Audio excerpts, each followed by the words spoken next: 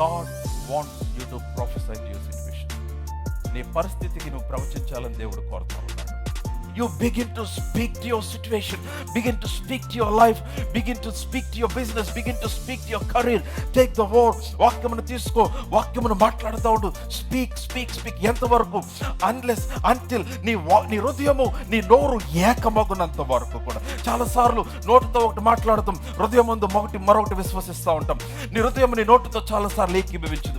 కొన్నిసార్లు హృదయం ముందు విశ్వాసం ఉంటుంది, కాను నోరు మరొకటి మాట్లాడుతూ ఉంటుంది. కాదు, align your mouth with your heart. నీ హృదయము నీ నోరు ఒకదానితో ఒకటి అలైన్ చేయబడి వాక్యమును నువ్వు పలకటం ఆరంభిస్తే, నువ్వు దాన్ని కొనసాగిస్తే, నీవు నిశ్చయముగా నీవు పలుకుచున్న వాక్య ప్రత్యక్షత, వాక్య నెరవేర్పు నీ జీవితంలో ఖచ్చితంగా నీవు చూస్తావు. అర్థమైందా మీకు? So what you need to do, నువ్వేం చేయాలంటే engraft the word in your